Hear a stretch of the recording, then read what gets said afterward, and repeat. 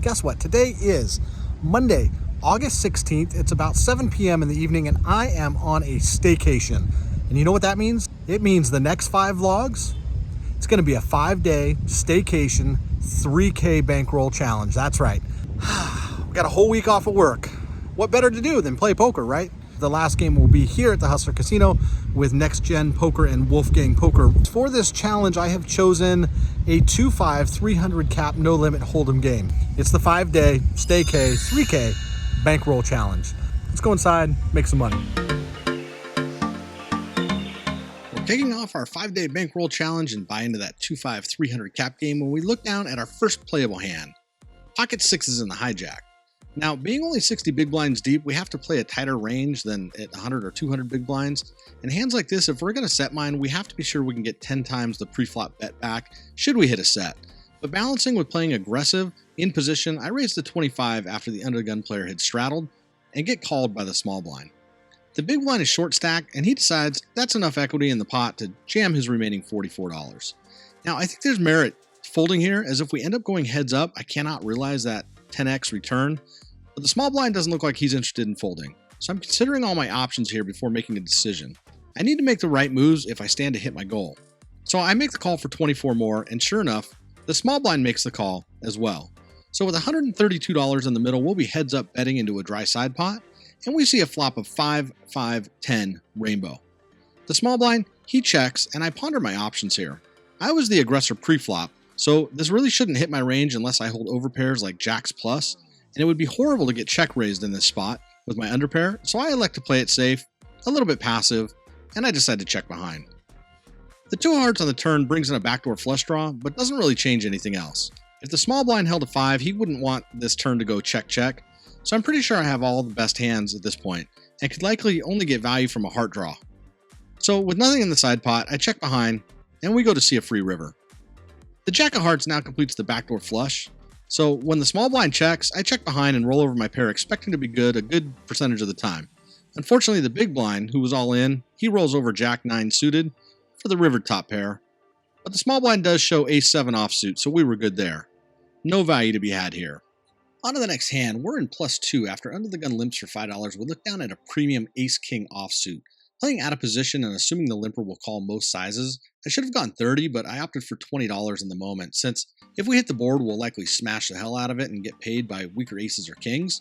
The under the gun player had just sat down at the table, and he does indeed elect to make the call for 15 more, and we'll be heads up to the flop. King, deuce, jack. This is a damn wet board with 2 big cards, a straight draw and a flush draw. Although we smashed this flop with top pair and top kicker, there's also a lot of draws and definitely 2 pair combinations on board. I see bet $30. He made it a mess, dude. Doesn't look like a mess to me, but I'm not sure what to make of his comment, and the dealer lays the 6 of hearts. Under the gun, then has something else to say.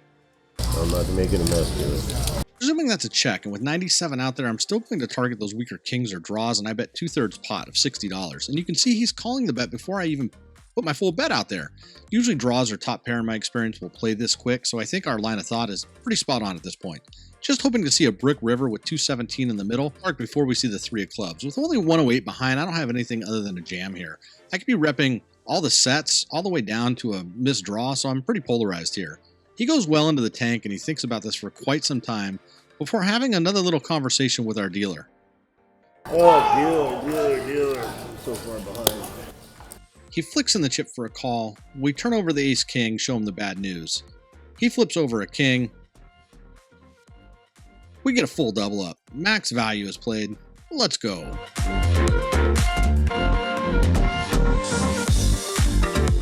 Moving on to the next playable hand in +1, we look down at 2 cowboys, pocket kings. I elect to keep my opening bet size somewhat consistent from hand to hand because I don't want to give away the strength or weakness of any given hand at any given time. So I open the action to $20. The action's going to fold around to the small blind, and he'll be the only caller going heads up to the flop with $45 in the pot. We're going to see a flop of 9 jack jack, 2 clubs. Not really sure what the best option on a board like this is, and definitely one I'll be studying further. We have a flush draw, straight draw, and potential full house out there. So I go $20 and quickly get a call from our opponent. Now we see an ace of clubs on the turn. I don't like this card at all. If he had called with a flush draw, or even overs like ace king or ace queen, he got there with all of it. I also think that a one club flush draw that made a pair or had a straight draw on the flop is continuing, like king 8 suited or queen 10 offsuit with one club. I do hold blockers to a king, but not the club. Action checks through and we get a jack of spades on the river, so we boat up, maybe saving face on this one. He leads into me this time for $30. He could be overvaluing a 9 and trying for thin value with a made flush, but he could also hold ace X here.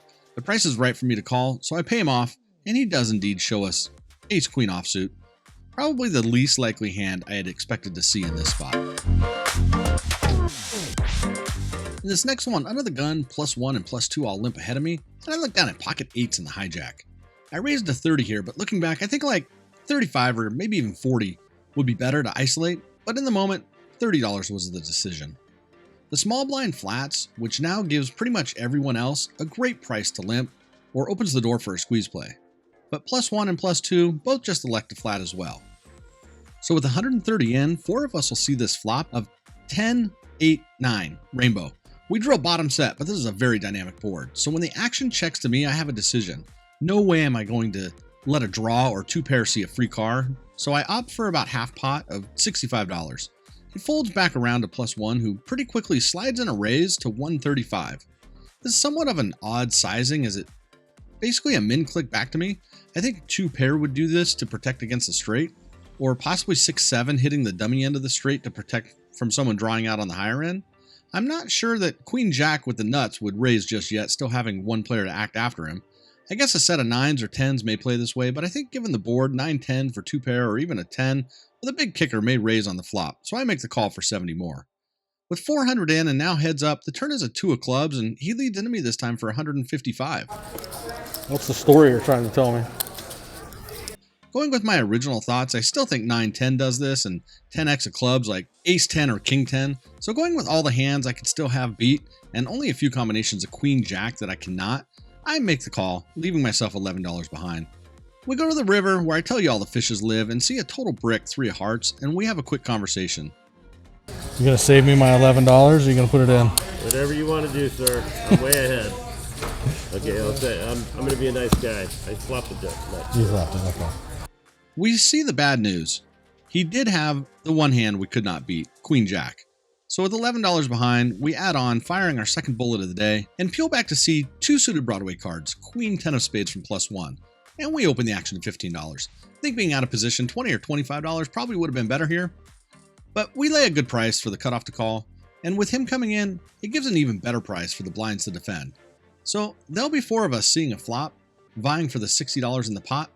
The dealer tidies things up and spreads out Jack 7-5 rainbow. With only 1 over and a backdoor flush draw in my hand, I'm not too keen on betting into 3 other players here, so I check my option. Looking back, it's a pretty dry board and I have most of the jacks in my range like ace jack, king jack, queen jack, and jack 10, so I should have bet. We get the queen of hearts on the turn, making top pair. I was the pre-flop aggressor and again have all the queens in my range and could be making a bet here, but I elect to check, and the action checks to the cutoff. He decides he's going to try and steal this one for $45, 3/4 of the pot. I don't mind a check here.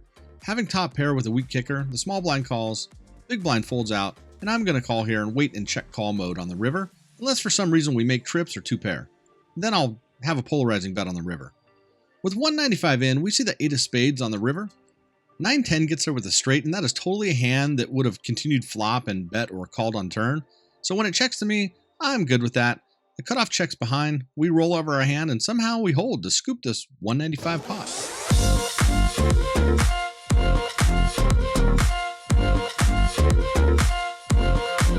In our next playable hand, we're dealt ace-queen offsuit in the hijack. After the low jack opens to 15, we think that's way too cheap to see a flop. We'll be putting in a 3-bet here, and we opt for a sizing of $50, seeing as this table is pretty call happy to any size. The big blind oddly flats out of position, which gives the low jack a really good price of only $35 more to call. So, we'll be 3 ways to a flop for $155 in the pot, and we get a super low board of 3-2-3-2 hearts. The big blind jams his remaining small stack of $44. What's he repping here outside of a flush draw, wheel draw, or something like 3-4 or ace-3 of spades or diamonds? I check which heart I have, but ultimately decide with 2 overs, a backdoor queen high flush draw, and maybe most importantly, will only be heads up with no more betting action. I make the call, getting about 5-1 on my money. We get closer to the flush when we see a 6 of hearts on the turn, and we drill the second nut flush on the river. He seems too shy to show his hand, so not being a dick, I roll over my queen high flush, and we scoop.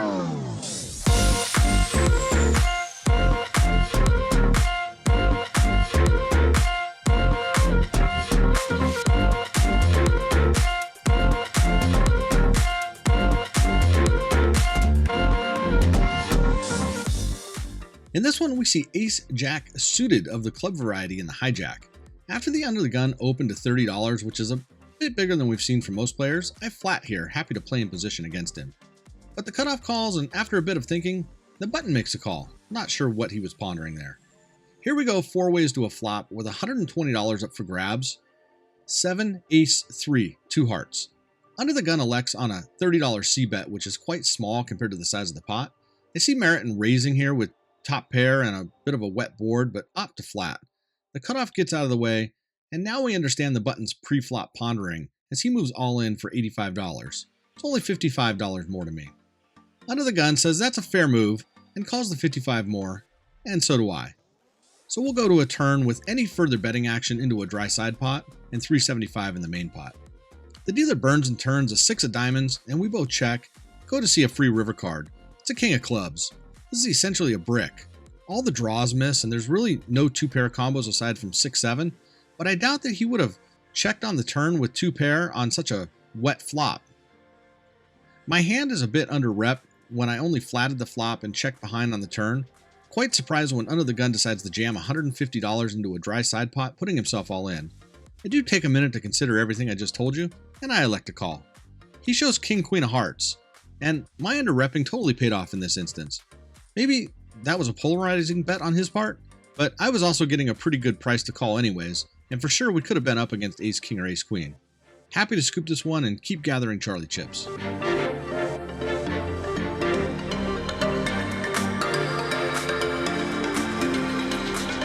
Do me a favor and turn your phone upright or exit full screen mode and hit that like and subscribe button. It really helps the channel out a ton. In this one, +2 opened for $20 and the button flatted. I look down at snowmen, pocket 8s in the small blind. Playing 265 effective, our 10x pre-flop bet applies, so we have the green light to go set mining, and we make the call. Then the big blind and under the gun player calls behind us. So we'll see a flop against 4 opponents and $100 in the middle. The flop comes pretty dry with 7-4 deuce rainbow. Really, it's a great board for pocket 8s. It's pretty interesting when the pre-flop aggressor checks, and I think his hand is pretty face up now with ace king or ace queen. I should be betting here to get 2 overs off their hand, but for some reason in the moment I decide to check. The big blind checks behind, and under the gun, he says, no, it's going to be $40 to go. +2 folds, and back to me, I consider the possibility that pocket 2s, 4s, and 7s are all completely in anybody's range here, given the preflop action. The button calls the 40, so when it's back to me, deciding that I don't put these guys on anything better than 1 pair, I'm going to put the pressure on, and I decide to raise to 140. Not very eloquently, I might add. Under the gun only has $50 behind, so he puts all that in, but then we get some bad news from the button. He decides he wants to gamble and adds 109 on top of my 140. With 140 to win 579 holding an overpair, I decide to call. Good play or bad? Go ahead, rip me up in the comments. With no more betting, we see a board run out. It comes with a 6 of diamonds and then 8 of hearts. The button defended with 7-4 offsuit and drilled 2-pair on the flop, so we get super lucky hitting a set on the river. Under the gun takes a few minutes to muck his hand before the dealer can push 137 $5 Charlie chips in our direction.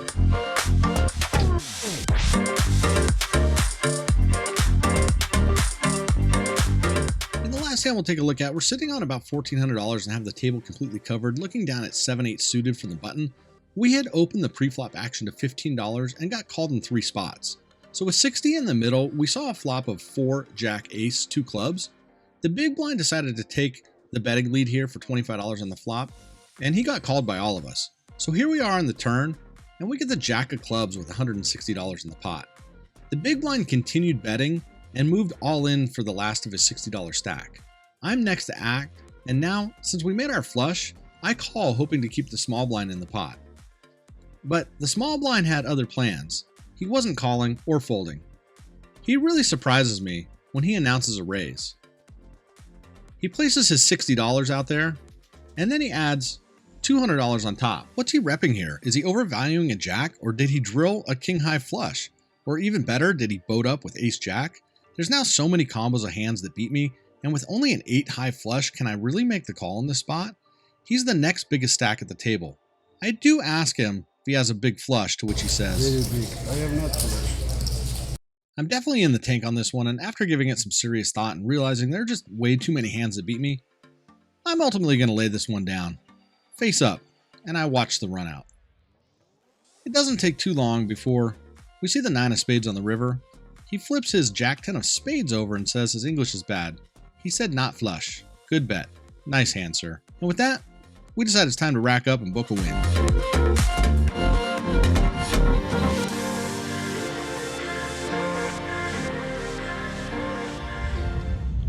All right, guys, that wraps day 1 of the 5-day 3K bankroll challenge, and we are up 664 in our first session. We were in for 600, out for 1264. Sorry about the bouncy video. I am just on the move, so they don't shut me down tonight. I think I'm good. Anyways, I think it works out to be $2.19 an hour or something, but I'll put all the numbers up here as I always do. Appreciate you guys being here. Stay tuned for vlog number 2. Please do me a favor. Like this video, subscribe to the channel, and leave a comment down below. Be safe on the felt. Don't forget to wash your hands.